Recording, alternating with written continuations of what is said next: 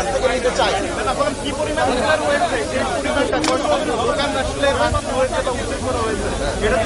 নিতে চাই। কি পরিমাণ আপনারা জানেন যে আমি দায়িত্ব নেওয়ার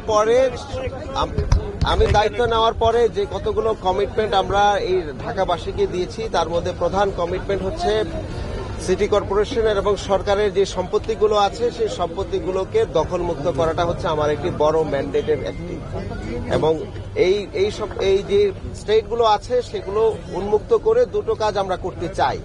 একটি হচ্ছে এগুলোকে কনভার্ট করে যেগুলো পার্ক এবং ওপেন স্পেস আছে সেগুলো ঢাকার প্রত্যেকটি মানুষের একটি অধিকার, যে মানুষ পার্কে যাবে, ওপেন স্পেসে ঘোরাঘুরি করবে, এবং এই ওপেন স্পেস আমাদের ঢাকার সবচেয়ে বড় একটি ক্রাইসিস।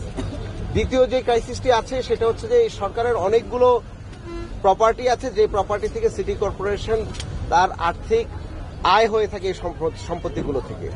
এবং আমাদের সিটি কর্পোরেশনের সবচেয়ে বড় যে জায়গা সেটি হচ্ছে আমি যেখানে দাঁড়িয়ে আছি, আমার পিছনে এখানে প্রায় 30 একরের উপরে জায়গা, মানে 90 বিঘা জায়গা আছে, এবং এই যে সামনে রাস্তা বেরিবাদ দেখেছেন তারপরে আমাদের জায়গা আছে প্রায় 150 একর জায়গা আছে টোটাল।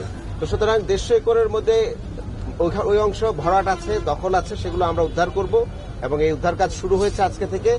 এবং আমার পিছনে যে জায়গাগুলো, এখানে ইটের ভাটা এবং অন্যান্য যে কমার্শিয়াল যে কর্মকাণ্ড আপনারা দেখেছেন, এই কর্মকাণ্ডগুলো বিগত দীর্ঘ সময় ধরে হয়ে এসছেন, এবং তারা একটি পয়সাও সিটি কর্পোরেশনকে ভাড়া দিচ্ছেন না। তো সুতরাং এখানে যখন দখল হয়েছে সেই দখলও আমাদেরকে না জানিয়ে করেছেন। স্বাভাবিকভাবেই আমরা আমাদের দখলকে পুনরুদ্ধার করতে এসেছি। এখানের মধ্যে কোনো দখলদারদেরকে উচ্ছেদ করার জন্য কোনো ধরনের নোটিশের প্রয়োজন নাই, কারণ সে তো দখল করে আছে অলরেডি। তো সুতরাং আমরা আমাদের জনস্বার্থে দেশের সম্পদকে রক্ষার জন্য আমরা এখানের মধ্যে এসেছি, এবং এটা আমাদের এই ধারাবাহিক প্রক্রিয়ার শুরু। এবং আমরা এদের যারা এখানে ব্যবসা করছেন তাদের সাথে আমরা কথা বলেছি, তাদেরকে আমরা 7 দিন সময় বেঁধে দিয়েছি। এর মধ্যে তারা হয় তাদের এই মালপত্র নিয়ে এখান থেকে সরে যাবেন, অথবা সিটি কর্পোরেশনকে ভাড়া দিয়ে তারা তাদের বাণিজ্যিক কর্মকাণ্ড পরিচালনা করবেন। এবং সেই ভাড়ার একটি সরকারি নিয়ম আছে। আমাদের যে ম্যাজিস্ট্রেট মহোদয়রা আছেন এবং স্টেটের যারা কর্মীরা আছেন, তারা এই পুরো জায়গাটিকে এখন স্কোয়ার ফিট হিসাবে এস্টিমেট করবেন, কতগুলো গদি আছে, সেই গদিগুলো কতগুলো অ্যাকোমোডেট করা সম্ভব, কতগুলো অ্যাকোমোডেট করা সম্ভব না, এগুলো সবগুলো করে আমরা এখানকার যে অবৈধ ব্যবসাটি আছে সেই অবৈধ ব্যবসাটিকে একটি বৈধ ফ্রেমওয়ার্কে নিয়ে আসতে চাই। এবং এই বৈধ ফ্রেমওয়ার্কে নিয়ে আসার জন্য 1 সপ্তাহ সময় দিয়েছি। 1 সপ্তাহের মধ্যে আমরা আমাদের একটা রাষ্ট্রীয় এস্টিমেট করে ফেলব কি পরিমাণ রেভিনিউ আমরা এখান থেকে পাবো, এবং সেই অনুযায়ী আমরা তাদের সাথে বসে নেগোসিয়েট করে আমরা এক ধরনের অ্যামিকেবল সলিউশনে আসতে পারবো বলে আমরা আশা করি। অর্থাৎ ভাড়া দিলে আর সমস্যা থাকবে না, তখন ভাড়া দিলে তো তার ব্যবসাটা বৈধ। ভাড়া দিয়ে দেন তাহলে এই যে দোকানগুলো ভাঙা হচ্ছে তাদের তো একটা ক্ষতি হচ্ছে। তারা তো যারা এখানে ইজারা নিয়েছে, বিশেষ করে হাট ইজারা নিয়েছে, অনেকে বললেন যে যারা হাট ইজারা নিয়েছে তারাই তাদেরকে ভাড়া দিয়েছে জায়গাগুলো, বিশেষ করে তারাই তাদেরকে জায়গাগুলো ভাড়া দিয়েছে।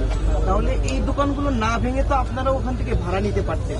যেহেতু ইজারা যারা নিয়েছে তারা তাদেরকে বলেছেন যে এখানে তোমরা আমাদেরকে ভাড়া দাও, তোমরা দোকান বসাতে পারবা। তারা ভাবছে যে যেহেতু তারা ইজারা নিয়েছে, তারা বলেছে আমরা ভাড়া দিয়ে থাকতে পারবো। যখন আপনারা আজকে উচ্ছেদ করছেন, তারা বলছে যে এইভাবে যদি ভেঙে দেওয়া হয় তাহলে এখান থেকে তারা কাল ছিনতাইকারীতে পরিণত হবে। আপনার প্রশ্নটা, প্রথম কথা হচ্ছে কার কাছ থেকে সে ভাড়া নিয়েছে? সে ভাড়া নিয়েছে একজন অবৈধ একজন ইজারাদারের নাম দিয়ে, একজন অবৈধ ইজারাদারের নাম দিয়ে যারা ভাড়া দিয়েছে তার পক্ষে কথা বলে সেই ছিনতাইকারী হয়ে যাবে, এই কথাটা সম্পূর্ণ ভুল। কারণ এগুলো সবাই হচ্ছে গদির মালিক। এক একটা গদি কোটি টাকার ব্যবসা। একটা কোটি টাকার ব্যবসায়ীর একটা ছোট্ট অবৈধ স্থাপনা বন্ধ করে দিলে সে কখনো ছিনতাইকারী হবে না। এই ধরনের ন্যারেটিভ নিয়ে কথা বলবেন না। হ্যাঁ, এটা সম্পূর্ণ ভুল চিন্তা। যারা, শেষ করি আমি আপনাকে, যারা এখানের মধ্যে এই ভূমিতে ব্যবসা করে, এটা কোটি কোটি টাকার ব্যবসা। সুতরাং এই ব্যবসাকে আমরা অবশ্যই বৈধতা দিতে চাই, এবং এই বৈধতা দেওয়ার প্রথম নিয়ম হচ্ছে যারা অন্যায় করবে সেই অন্যায়কে আমাকে প্রতিহত করতে হবে। তার পরবর্তীতে কিভাবে আমরা এটাকে লিগ্যাল জায়গায় যেতে পারি সেটা অবশ্যই সেই ভেন্যু খোলা আছে। আমাদের অফিস খোলা আছে, আমাদের এই সামনে একটি অফিস আছে, আমাদের নগর ভবন আছে, সেখানে তারা আসবেন, তাদের প্রতিনিধি আসবেন, অনেক লোক আসার দরকার নেই। তারপরে আমরা একটি অ্যামিকেবল সলিউশনের মধ্যে আমরা যাব। দ্বিতীয় যে প্রশ্নের আলোচনাটা করছি, যেহেতু ঢাকায় বায়ু দূষণ একটি বড় সমস্যা, এবং বায়ু দূষণের একটি বড় সোর্স হচ্ছে ঢাকার আশেপাশে যে বালুর গদিগুলো এবং পাথরের গদিগুলো আছে, বায়ু দূষণ হচ্ছে। সুতরাং আমরা এই বালুর যে গদিগুলো আছে সেগুলো আসলে অবৈধ গদি, সেগুলোকে আমরা নিলামে বিক্রি করে দিই। হাট যিনি যারা নিয়েছে তিনি তো হাট করবেন, হাটের মধ্যে ইট কিভাবে আসে? আমরা এটা নিয়ে বসবো। হ্যাঁ, যারা অবৈধভাবে কোনো কিছু করেছেন আমরা ইনভেস্টিগেট করব। যদি আমরা অপরাধী পাই আমরা ফৌজদারি